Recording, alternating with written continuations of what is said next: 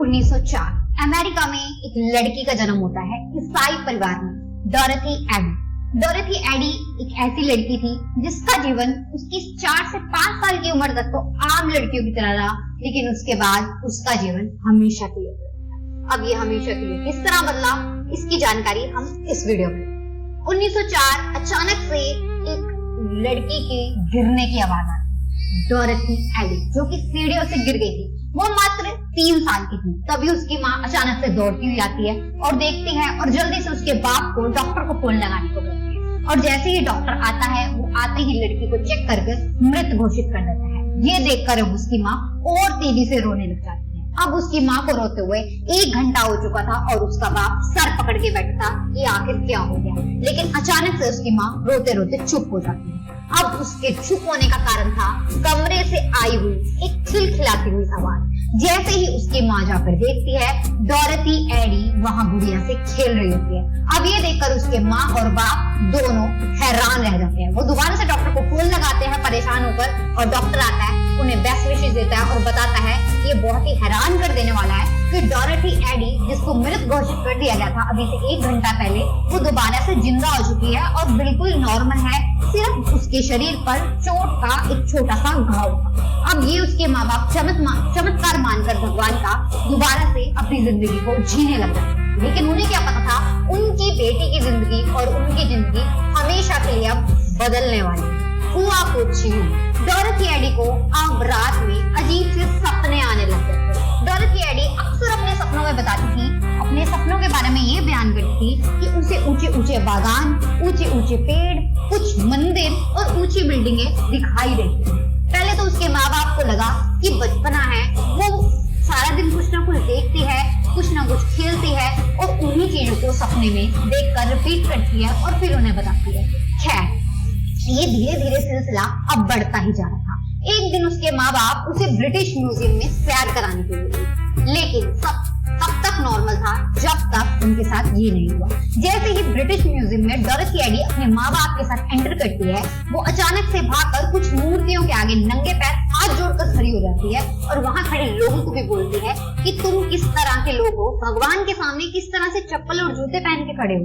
ये देखकर सभी लोग हैरान रह जाते हैं और वो बोलते हैं कि हम क्यों जूते उतारे। तभी वो बताती है अपने माँ बाप को ये उसके अपने लोग हैं, और जिन लोगों को वो अपना बता रही थी वो थी इजिप्ट की कुछ मूर्तियां और कुछ ममीज जो कि ताबूत में शीशे के अंदर बंद थी। ये सुनकर उसके माँ बाप अब और ज्यादा हैरान हो जाते हैं। खैर, अब उसके माँ बाप के लिए और भी ज्यादा मुश्किल हो गया था उसे ब्रिटिश म्यूजियम से निकालना। लगभग 2 घंटे लगाकर डोरथी एडी को, उस बच्ची को, 8 साल की बच्ची को ब्रिटिश म्यूजियम से 2 घंटे लगाकर बाहर निकाला गया। जैसे तैसे उसके माँ बाप उसे घर लेके गए। उसके बाप को लगा शायद उसकी लड़की को, उसकी बेटी को इजिप्ट चीजों को पढ़ने का, देखने का शौक है। शायद उसने स्कूल में कुछ चीजें देखी होंगी, इसीलिए वो इन चीजों को देखने की जिद करती है, वहां रुकने की जिद करती है। उसके बाप ने उस एक बुक लाके दे दी, इजिप्ट सब्जेक्ट, जिसके अंदर हायरोग्लिफिक्स नाम से बहुत सारे चित्र थे। ये हायरोग्लिफिक्स क्या होते हैं आप स्क्रीन पर देख सकते हैं। इन हायरोग्लिफिक्स चित्र को देखकर वो पढ़ने की कोशिश करती और बहुत सारी चीजों को देखकर वो अपनी माँ को बुला कर बताती कि ये उसके अपने लोग हैं, यही वो जाना चाहते हैं। पहले तो उसके माँ बाप को सब कुछ नॉर्मल लग रहा था, लेकिन अब जब तक डोरथी एडी 14 साल की नहीं हो गई तब तक के लिए, जैसे ही डोरथी एडी 14 साल की हो जाती है तब वो अर्ध जागृत अवस्था में रोज उठती और कुछ पन्नों पर बैठ के लिखती। जब उसके माँ बाप ने पूछा कि तुम क्या लिखती हो, क्योंकि ना तो वो डोरथी एडी की लिखाई थी, ना ही उनको वो समझ लग रहा था और ना ही किसी डॉक्टर को पता लग रहा था कि उसे क्या बीमारी है। अब डोरथी एडी अपने माँ बाप को बताती थी कि होरा नामक एक व्यक्ति आता है और वो उसे उसके पुनर्जन्म के बारे में सब कुछ बताता है, यानी उसकी पास्ट लाइफ के बारे में सब कुछ बताता है, वो पहले अपने जन्म में क्या थी। आमतौर पर ये होता है, जिन लोगों को अपने पुनर्जन्म को याद रखते हैं, जो अपनी पास्ट लाइफ के बारे में बताते हैं, उन्हें ज्यादा से ज्यादा 2 से लेकर 5 साल की उम्र तक याद रहता है। उसके बाद सब कुछ उनके माइंड में धुंधला हो जाता है। लेकिन डोरथी एडी के केस में ऐसा बिल्कुल नहीं था। डोरथी एडी जब से सीढ़ियों से गिरी थी, उसके बाद उसकी जो जितनी भी मेमोरीज थी पास्ट लाइफ की, वो और ज्यादा क्लियर होती जा रही थी। अब तो दिन प्रतिदिन उसको और ज्यादा चीजें याद आने लग गई थी। अब साल भर में डोरथी एडी के पास जो वो नींद में उठकर पेजेस लिखती थी वो 70 से ज्यादा हो गए थे। अब डोरथी एडी को अपने पास्ट लाइफ के बारे में पता था, जो अब आपको भी पता लगेगा। एक्चुअली हुआ यूं कि डोरथी एडी ने जो पास्ट लाइफ के बारे में पता किया लिख कर, वो कुछ यूं था। डोरथी एडी अपने पिछले जीवन में एक ब्रेंटिशेट नाम की एक औरत थी, एक बहुत सुंदर लड़की थी जो कि इजिप्ट में एक टेंपल ऑफ सेटी में रहती थी। जब डोरथी एडी बचपन में ब्रेंटिशेट की जब वो जिंदगी जी रही थी अपनी पास्ट लाइफ में, तब उसकी माँ 4 साल की जब वो थी, उसकी माँ मर गई थी। तो उसके बाप ने उसको पालने के लिए गरीबी की हालत में उसे टेंपल ऑफ सेटी में उसे छोड़ दिया उसके पालन पोषण के लिए, और खुद वहाँ काम करने लग गया। अब वहाँ पर डोरथी एडी जब तक 14 साल की नहीं हो गई, उसको वहाँ रखना, वहाँ का पालन पोषण किया गया, वहाँ के पुजारियों ने उसे पाला। जब वो 14 साल की हो गई यानी जवान हो गई, तो उसके सामने 2 ऑप्शन दिए गए, या तो वो मंदिर में है कि पुजारिन की जिंदगी जिए, या फिर वो वहाँ से चली जाए, क्योंकि पुजारिन की जिंदगी के लिए वहाँ पर उसको शादी करना अलाउड नहीं था इजिप्ट के रूल रेगुलेशन के मुताबिक। लेकिन खैर डोरथी एडी यानी कि ब्रेंटिशेट के पास और कोई चारा नहीं था, उसने पुजारिन बनना तय किया। जब तक वहाँ पर टेंपल ऑफ सेटी में उस टाइम के राजा ओम सेटी ने विजिट नहीं कर दिया। जब ओम सेटी वहाँ पर एक दिन विजिट करने आता है टेंपल को, तो वो ब्रेंटिशेट को देखता है, यानी कि जब वो अपने पिछले जीवन में थी तो उसको देखता है। उसको पहली नजर में ही ब्रेंटिशेट से प्यार हो जाता है। अब जब उसको प्यार हो जाता है तो बहुत जल्दी ब्रेंटिशेट प्रेग्नेंट हो जाती है, जो कि उस टाइम के हिसाब से पुजारिन के लिए बहुत बड़ा गुनाह था, और इस गुनाह को बिल्कुल भी माफ नहीं किया जा सकता था। और इस चीज की सजा देने के लिए ओम सेटी को मौत की सजा सुनानी जरूरी थी। लेकिन ओम सेटी को बचाने के लिए, अपने प्यार को बचाने के लिए, ब्रेंटिशेट ने अपने आप को मार दिया, यानी उसने सुसाइड कर लिया।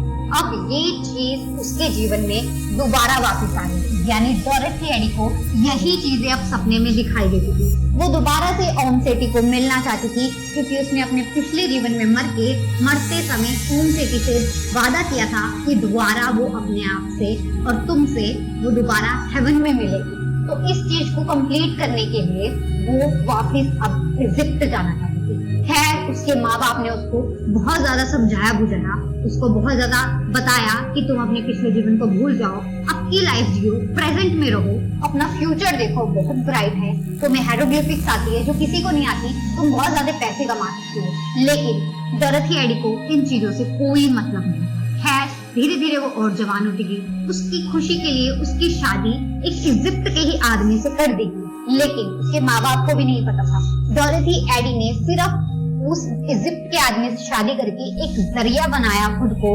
इजिप्ट में टेंपल ऑफ सेटी के अवशेषों तक पहुंचाने का। और जैसे ही वो वहां पर पहुंच गई, बहुत ही जल्द उसका इस आदमी से भी तलाक हो जाता है, क्योंकि वो उस रिश्ते में रहना ही नहीं चाहती थी। अक्सर जिस आदमी के साथ उसकी शादी हुई थी, वो बताता था कि उसने कभी कभी रात को एक आदमी को देखा है, अजीब सा आदमी जो कि आम इंसानों से बड़े आकार में है, और अजीब से कपड़े, उसने एक बुर्का टाइप कुछ पहना हुआ है, और वो कुछ उसे बैठकर बताता है। और डोरथी एडी अर्ध जागृत अवस्था में नींद में उठकर कुछ कुछ पेजों पे लिखती है। ये देखकर उसका परिवार भी हैरान रह गया था, डर गया था, और इसी वजह से उसका तलाक हो जाता है। डोरथी एडी कहती है कि मेरा तुम्हारे साथ रहना असंभव है, मेरी आप नॉर्मल लाइफ नहीं है, इसलिए वो उनको तलाक दे देती है और वहां से अपनी आगे की जिंदगी के लिए निकल जाती है। अब इन सभी बातों के चर्चे बहुत ज्यादा उठने लगे थे। अब इन सब चीजों के चर्चे आर्कियोलॉजिस्ट को पता लगे, जो पुरानी जगहों को जाकर रिसर्च करते हैं। अब इन चर्चाओं के कारण वो डोरथी एडी से कनेक्ट करते हैं। जैसे ही वो डोरथी एडी से जाकर कनेक्ट करते हैं, डोरथी एडी उन्हें बहुत सारी चीजों का होने का दावा बताती है कि यहाँ पर जो चीजें अभी आपको नहीं दिखाई दे रही है, मुझे उन सभी चीजों के बारे में पता है। अब उसका टेस्ट लेने के लिए जो आर्कियोलॉजिस्ट का चीफ था, वो उसे एक ऐसे मंदिर में लेके जाता है जो कई सालों से रेत मिट्टी में दफन था, जिसके बारे में किसी को नहीं पता था। वो उसे वहां लेके जाता है और कहता है कि अब तुम मुझे ही रास्ता दिखाओगी। अब डोरथी एडी उसको साथ लेके जाती है, सिर्फ एक टॉर्च की हेल्प से वो उन सभी चीजों को बताती है जिसका आज से पहले दुनिया में किसी को नहीं पता था, ना ही डोरथी एडी वहां पर आज से पहले गई थी। डोरथी एडी ने सब कुछ वहां पे जितने भी पुराने चित्र हैं उन भाषाओं को पढ़कर उन्हें समझाया, हायरोग्लिफिक्स जिसको मैंने आपको बताया उनको पढ़कर समझाया, और बताया कहाँ पर लाइब्रेरी है, कहाँ पर पहले पानी का कुआं होता था और किस किस तरह से कहाँ पे राजा का कमरा था, कहाँ रानी होती थी, कौन कौन से मंदिर कहाँ कहाँ पर दफन है, ये सभी चीजें उसने बताई। और उसके बताए अनुसार जहाँ जहाँ आर्कियोलॉजिस्ट ने जाकर खुदाई की वो चीजें वहाँ पर एग्जैक्ट हूबहू मिली। ये देखकर अभी सभी चीजों पर डोरोथी एडी की उन सभी को विश्वास होने लग गया था।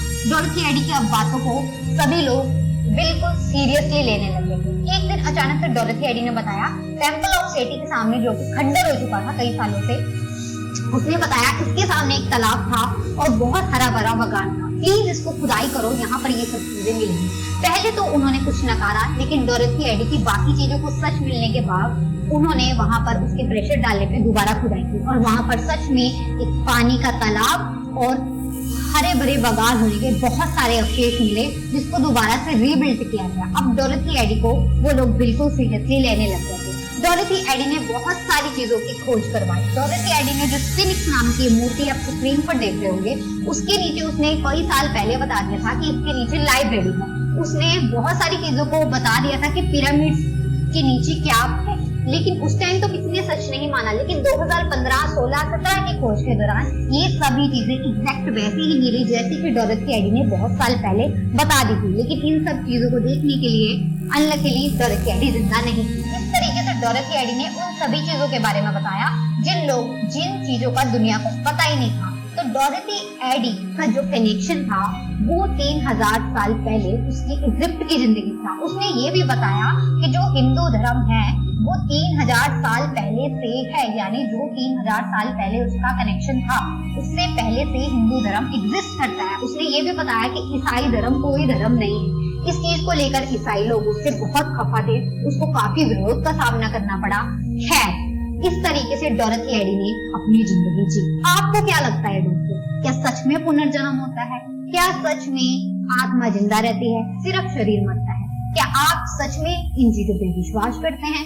अगर आप इस चीज को विश्वास करते हैं तो प्लीज मुझे कमेंट बॉक्स में यस करके बताएं।